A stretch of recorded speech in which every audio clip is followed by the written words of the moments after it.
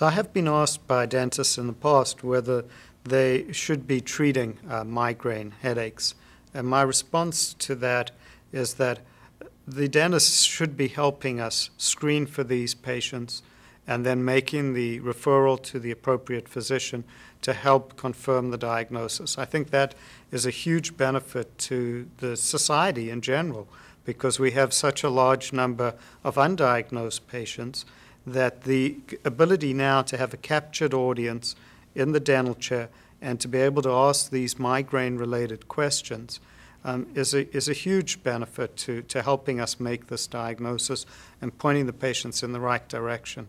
The second aspect of this is that there are dental therapies that are evolving, particularly the NTI splint, which is now FDA approved as a migraine treatment that you could be offering to these patients as a treatment option, particularly patients that are pregnant, where the treatments that we have available are generally contraindicated.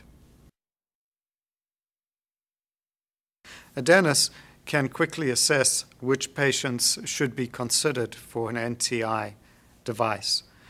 Firstly, what should be done is a screen to see if there are features of migraine headache. So the three questions that I went through, which were nausea, disability, and light sensitivity, if those are associated with the patient's headache, that would point to a diagnosis of migraine. And even if they hadn't documented parafunctional clenching activity, there was just straightforward migraine, then this would be something to consider as a treatment option to help prevent the migraine, particularly if the patient is having lots of attacks.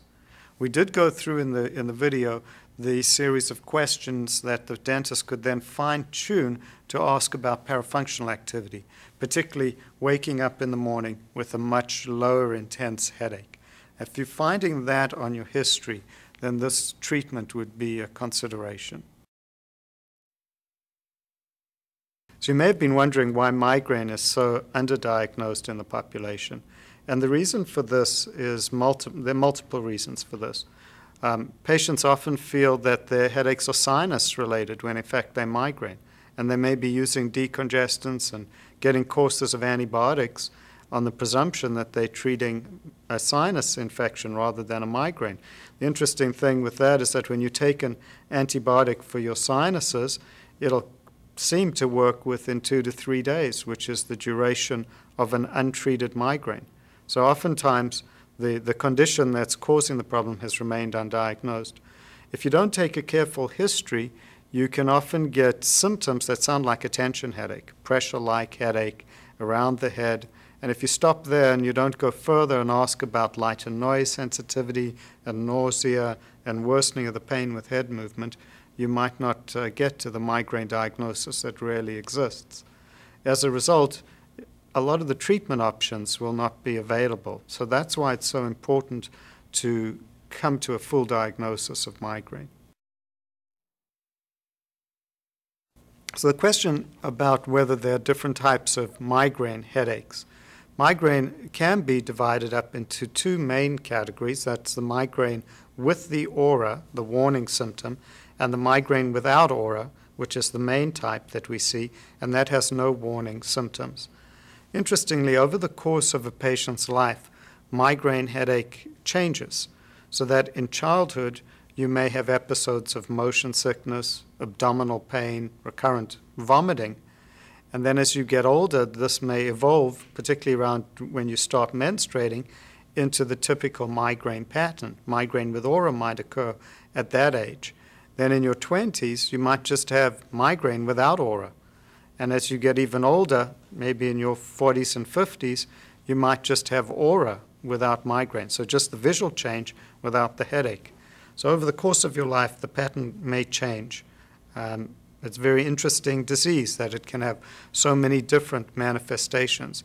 It's really more than just a headache disorder.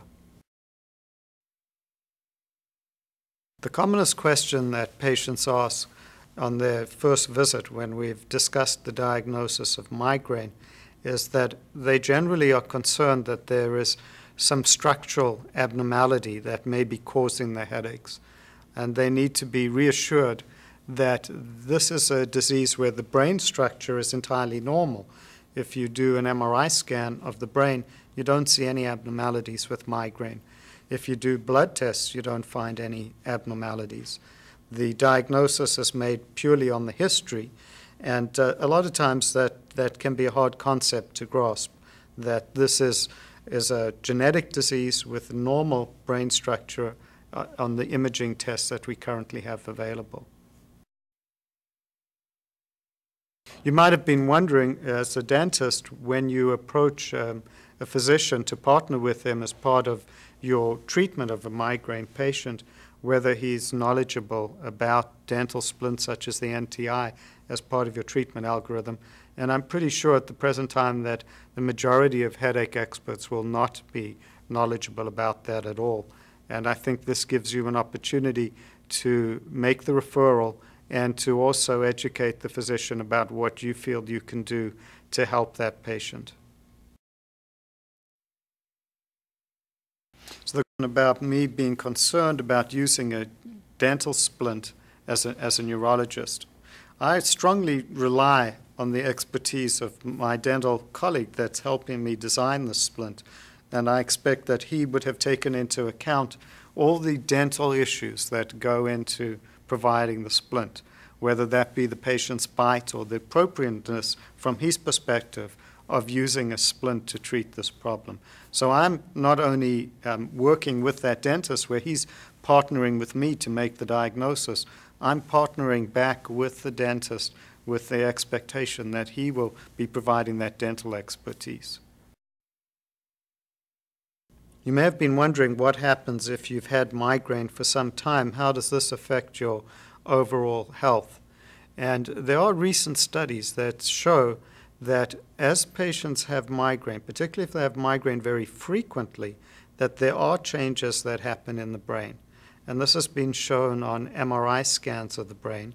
And the appearance that we see developing in migraine patients is in the deeper structures of the brain, not on the surface, but deeper in the white matter, that there are some very small microscopic type changes that mimic small strokes. Now, we're not sure if they are in fact strokes. It's just on an MRI scan, they have a similar appearance to strokes. Post-mortem studies haven't been done to confirm this.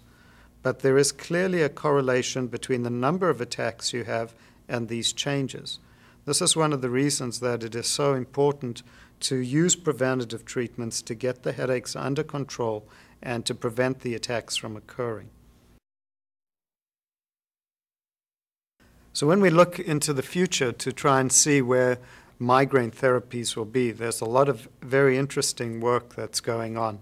On the preventative side, to decrease the attacks, some of the studies that we've recently been involved with have involved injecting botulinum toxin, which is Botox, around the forehead, temples, and back of the head and neck region to decrease chronic migraine symptoms.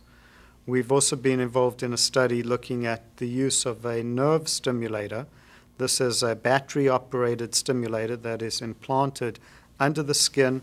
The leads are placed on the occipital nerve at the back of the head, and this works sort of like a pacemaker, and it triggers that nerve ending to fire very rapidly, and that's able to switch off and override the migraine attack.